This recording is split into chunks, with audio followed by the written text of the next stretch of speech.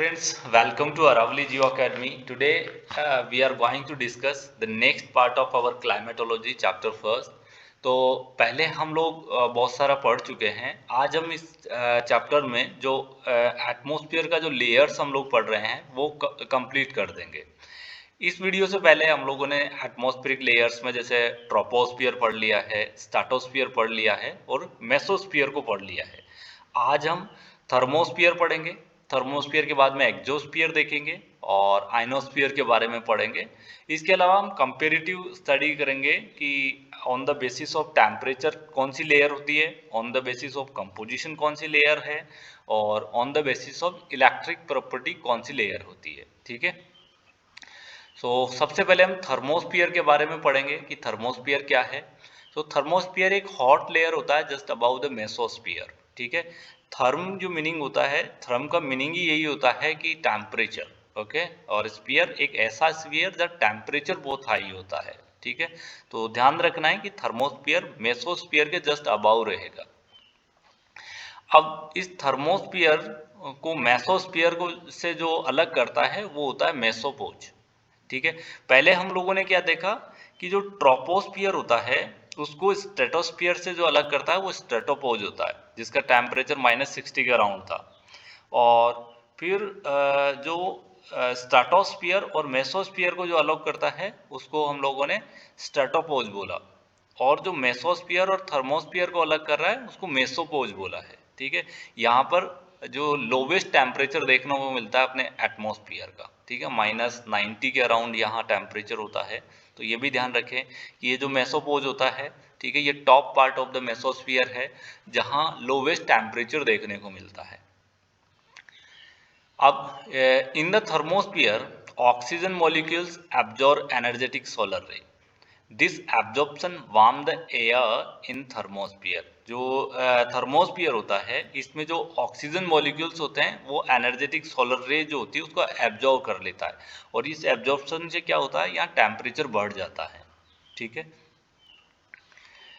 और यहाँ पर देखो इस सेंटेंस को पढ़ना है, समझना है बहुत अच्छे से। Due to the low molecular density even small energy absorption cause a large temperature rise. इसका मीनिंग क्या हुआ कि यहाँ एक पर्टिकुलर वॉल्यूम में, ठीक है, बहुत कम वॉल्यूम हो, कम मॉलिक्यूल्स ऑफ एयर होंगे। ठीक है, एक पर्टिकुलर वॉल्यूम है उसमें बहुत ही कम एयर मॉलिक्यूल्स होंगे। तो अगर वॉल्यूम में कम एयर मॉलिक्यूल्स है तो उसका डेंसिटी कम हो जाएगा, तो यहाँ लो मॉलिक्यूलर डेंसिटी देखने को मिलेगा।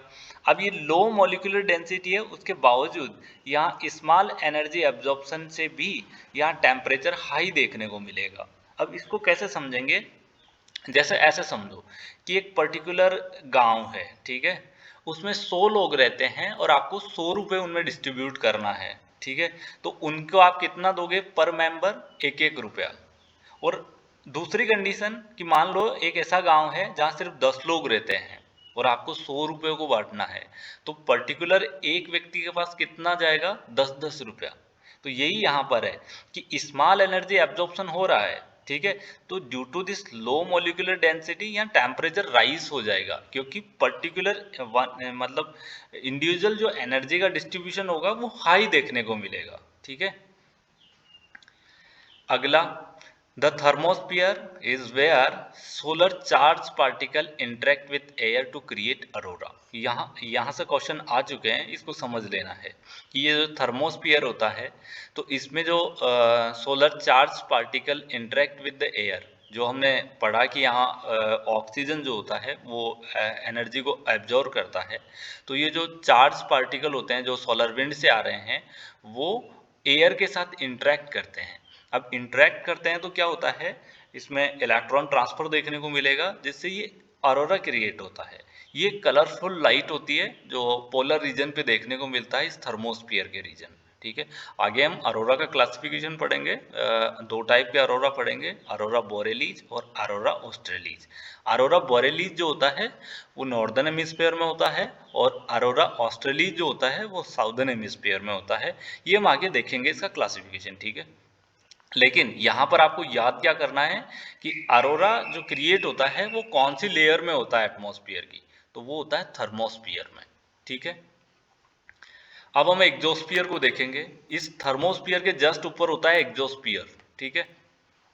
So at around the 500 kilometer above Earth, some light fast molecule escape into the space, ठीक है। तो जस्ट 500 किलोमीटर के अप्रोक्सीमेट 500 किलोमीटर के अबाउ जो भी पार्ट रहेगा एटमॉस्फेयर का, हम उसको एग्जोस्फीयर में कंसीडर करेंगे, ठीक है। तो यहाँ फास्ट मॉलिक्यूल जो होंगे वो एस्केप कर जाएंगे, स्पेस में चले जाएंगे, ठीक है। और जो ये एस्केपिंग जोन है जहाँ से एस्केप हो रहे हैं एयर पार्टिकल्स, उसको हम एग्जोस्फीयर बोलते हैं, ठीक है। ये अपने एटमॉस्फेयर का आउटर मोस्ट लेयर होता है। तो आपको सीधा सीधा क्वेश्चन यही पूछा जाए कि अपने एटमॉस्फेयर का आउटर मोस्ट जो लेयर है वो कौन सा है, तो वो एग्जोस्फीयर होता है। दूसरा, the exosphere mark the upper boundary of the atmosphere, क्योंकि ये आउटर मोस्ट लेयर है तो ये अपर बाउंड्री होगा अपने एटमॉस्फेयर का। और एटमॉस्फेयर को हम ऑल्सो डिवाइड कर सकते हैं on the basis of composition. तो मैं बताता हूँ कि कंपोजिशन के बेस पे हम लोग कैसे डिवाइड करते हैं, ठीक है। सबसे पहले आपको ये ग्राफ बहुत अच्छे से समझ लेना है, ठीक है। यहाँ से क्वेश्चन आ चुके हैं, नेट में जो क्वेश्चन आते हैं वो कंसेप्चुअल आते हैं और कंसेप्ट आपको समझना बहुत ज़रूरी है।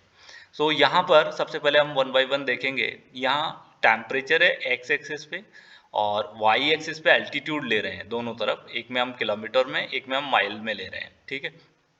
अब यहाँ एक रेड लाइन्स है, ग्रीन लाइन्स है और ब्लू लाइन है, ठीक है। जो रेड लाइन है वो on the basis of temperature division है, ग्रीन लाइन है on the basis of composition है और ionosphere on the basis of electrical property है, ठीक है। तो अब हम पहले भी पढ़ चुके हैं कि on the basis of temperature atmosphere में 5 लेयर्स होती है। जो लोएस्ट लेयर होता है वो ट्रोपोस्फियर, उसके ऊपर stratosphere, then mesosphere, then thermosphere, then exosphere, ठीक है। ये 5 लेयर जो होती है on the basis of temperature होती है, ठीक है। तो आपको सीक्वेंस भी याद रखना है, टॉप टू बॉटम या बॉटम टू टॉप, ठीक है। कि पहले ट्रोपोस्फियर होगा, फिर स्ट्रेटोस्फियर होगा, मेसोस्फियर होगा, थर्मोस्फियर और एक्सोस्फियर। जो हम बोल रहे हैं troposphere, stratosphere, mesosphere, thermosphere, exosphere, ये on the basis of temperature बोल रहे हैं। क्योंकि ट्रोपोस्फियर में हमने देखा कि टेम्परेचर जो था वो सरफेस से ऊपर की ओर जा रहे हैं तो डिक्रीज हो रहा है, फिर स्ट्रेटोस्फियर में बढ़ रहा है, फिर मेसोस्फियर में डिक्रीज हो रहा है, फिर थर्मोस्फियर में बढ़ रहा है, ठीक है। और अगर हम on the basis of composition देखें तो ये भी मैंने बात बताई थी कि अप टू मेसोस्फियर तक जो कंपोजिशन है वो सेम रहेगा, जैसा ट्रोपोस्फियर में है वैसा ही ऐसा, ठीक है। तो इस पर्टिकुलर रीजन को हम लोग होमोस्फियर बोलते हैं। होमो मतलब सेम, स्फीयर मतलब ऐसा एक स्फीयर जहाँ कंपोजिशन सेम होता है, उसको हम होमोस्फियर बोलते हैं। तो आपको डायरेक्ट हाइट पूछेगा, ठीक है। तो अराउंड 85 किलोमीटर, जो अप टू 85 किलोमीटर है वो होमोस्फियर है। अब इसमें कंसेप्चुअल सवाल पूछ लेगा वो, आपको पूछेगा कि बताओ टॉप ऑफ द स्ट्रेटोस्फियर है तो वो ऑक्सी मतलब कौन सा गैस डोमिनेंट होगा। तो अगर आपको ये पता है कि अपने एटमॉस्फेयर में सबसे ज़्यादा गैस नाइट्रोजन होती है तो आप आंसर कर दोगे कि नाइट्रोजन स्ट्रेटोस्फियर में भी उतना ही होगा, ट्रोपोस्फियर में भी उतना ही होगा। भले ही वो कोई सी भी हाइट दे करके आपको किस भी गैस का आपको वो पूछ ले, परसेंटेज पूछ ले कितना वॉल्यूम है, तो आप ये कर पाओगे। अब इस होमोस्फियर के ऊपर वाला पार्ट ये हेट्रोस्फियर होता है टोटल, ठीक है। हेट्रोस्फियर का मतलब क्या हुआ कि यहाँ पर ये जो ऑक्सीजन और हमने देखा नाइट्रोजन वगैरह है तो इनका कंसंट्रेशन चेंज हो जाएगा, ठीक है। यहाँ कंपोजिशन चेंज हो जाएगा विथ हाइट, ठीक है। और on the basis of electric property देखें तो यहाँ एक लेयर होता है आइनोस्फियर। ये अलग से कोई लेयर नहीं होता है, आइनोस्फियर की अलग से है, ये पार्ट होता है अपने, यहाँ देखो इसका हाइट शुरू हो रहा है मेसोस्फियर से। तो ये मेसोस्फियर और थर्मोस्फियर के बीच में ही एक आयनिक लेयर होती है, ठीक है। आयनाइज लेयर होती है या आयनिक पार्टिकल्स होते हैं, तो इसको बोलते हैं हम आइनोस्फियर। आइनोस्फियर जो होता है on the basis of electrical property होता है, homosphere on the basis of composition होता है, और ये जो ट्रोपोस्फियर, स्ट्रेटोस्फियर, मेसोस्फियर और थर्मोस्फियर और एक्सोस्फियर है ये on the basis of temperature होते हैं, ठीक है। अब यहाँ वन बाय वन फिर से देखते हैं कि below the thermosphere air composition stay uniform. ये मैंने पहले ही बता दिया है कि ये होमोस्फियर होगा, बिलो द थर्मोस्फियर जो मेसोस्फियर तक, ठीक है। तो यहाँ होता क्यों है, ये होमोस्फियर बोलते क्यों हैं, क्योंकि यहाँ ट्रिब्यूलेंट मिक्सिंग बहुत ज़्यादा होती है। मिक्सिंग हो जाने की वजह से कंपोजिशन सेम रहता है, ठीक है। And this well mixing layer जो क्या कहलाती है, होमोस्फियर कहलाती है। और इस होमोस्फियर में आपका नाइट्रोजन 78% होगा, ऑक्सीजन 21% देखने को मिलेगा। अगला थर्मोस्फियर में क्या होता है कि fewer collision prevent effective mixing. तो इसमें हमने देखा कि लार्ज वॉल्यूम में बहुत ही कम एयर मॉलिक्यूल्स हैं, ठीक है। तो वो जब कोलाइड करेंगे ना तो उनको बहुत ट्रैवल करना पड़ेगा, बहुत दूर तक डिस्टेंस ट्रैवल करनी पड़ेगी, तब जा करके वो कोलिजन होंगे, ठीक है, उनका कोलाइड देखने को मिलेगा। तो यहाँ इतना लो कोलिजन होने की वजह से यहाँ मिक्सिंग बहुत कम होता है। मिक्सिंग बहुत कम होगा तो यहाँ क्या होता है, कंपोजिशन अलग देखने को मिलेगा, हेट्रोस्फियर बन जाता है ये, मतलब कंपोजिशन चेंज हो जाएगा, ठीक है। The layer from the thermosphere base to the top of the atmosphere is called heterosphere, ठीक है। ये मैंने आपको बता ही दिया कि जहां से आपका होमोस्फीयर खत्म होगा उसके ऊपर वाला जो पार्ट है वो आपका हेट्रोस्फीयर होगा, जिसमें कंपोजिशन चेंज हो जाएगा, ठीक है। अब हम आयनोस्फीयर को देखते हैं, ठीक है। तो ये आयनोस्फीयर कोई अलग लेयर नहीं है, मैंने पहले ही बताया था। On the basis of electric property हम लोगों ने इसको क्लासीफाई किया है। तो ionosphere is an electrified region, not a distinct atmosphere layer. और ये जो होता है अपर एटमॉस्फेयर में एग्जिस्ट करता है, ठीक है। और इसमें क्या होता है, हाई कंसेंट्रेशन ऑफ आयंस देखने को मिलता है, ठीक है, और फ्री इलेक्ट्रॉन्स होते हैं। अब आयंस आर द एटम और मॉलिक्यूल दैट हैव लॉस्ट और गेन इलेक्ट्रॉन। अब ये एनर्जेटिक आयंस होते हैं, तो ये एनर्जी को लॉस्ट, इलेक्ट्रॉन लॉस करेंगे, गेन करेंगे, ये प्रोसेस इसमें चलता रहता है, ठीक है।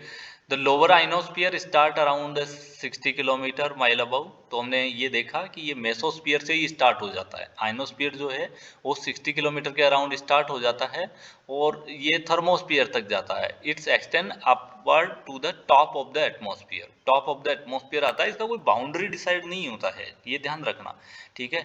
लेकिन हाँ, ये कंसिडर किया जाता है कि टॉप ऑफ द एटमोस्फीयर है। लेकिन लोअर जो लेयर है वो अराउंड मेसोस्फीयर से स्टार्ट हो जाती है इसमें। मोस्ट ऑफ द आइनोस्फीयर जो होता है वो थर्मोस्फीयर में लाई करता है, क्योंकि मेसोस्फीयर से स्टार्ट होता है और टॉप ऑफ द एटमोस्फीयर है। तो मैक्सिमम पार्ट आइनोस्फीयर का थर्मोस्फीयर में होता है। ये क्वेश्चन आपको पूछा जा सकता है कि आइनोस्फीयर का मैक्सिमम पार्ट कौन सी लेयर बनाती है, तो वो थर्मोस्फीयर।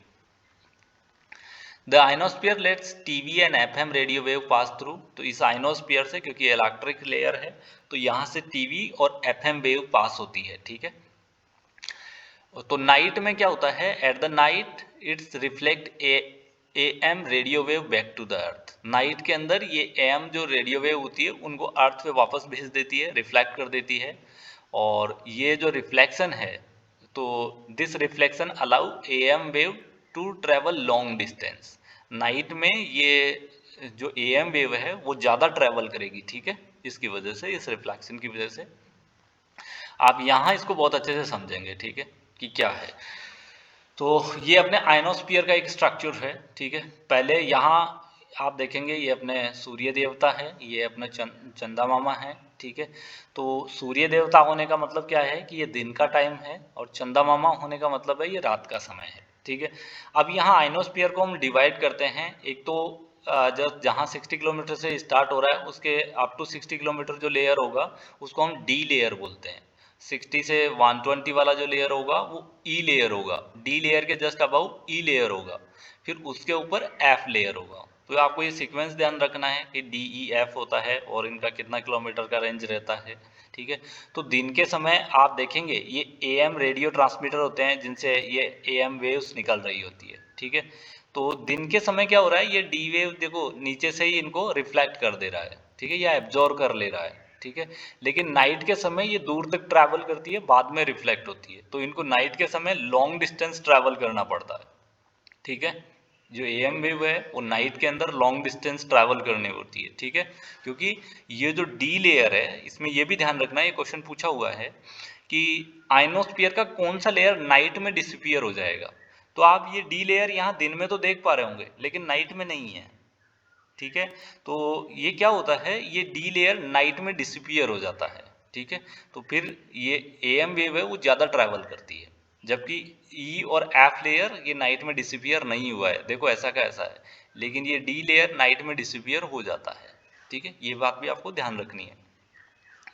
सो ये था अपना आयनोस्फीयर, थर्मोस्फीयर और एक्सोस्फीयर के बारे में। आगे हम जो है एटमॉस्फेयर ऑफ अदर प्लैनेट्स देखेंगे। सो आप लोग इस वीडियो में कोई डाउट रहा हो तो वो कमेंट सेक्शन में मुझसे पूछ सकते हैं, और ट्राई करें कि इस वीडियो को मैक्सिमम लोगों तक शेयर करें। ओके, और अपने चैनल को ज़रूर सब्सक्राइब करें। Okay, so thank you for watching this video.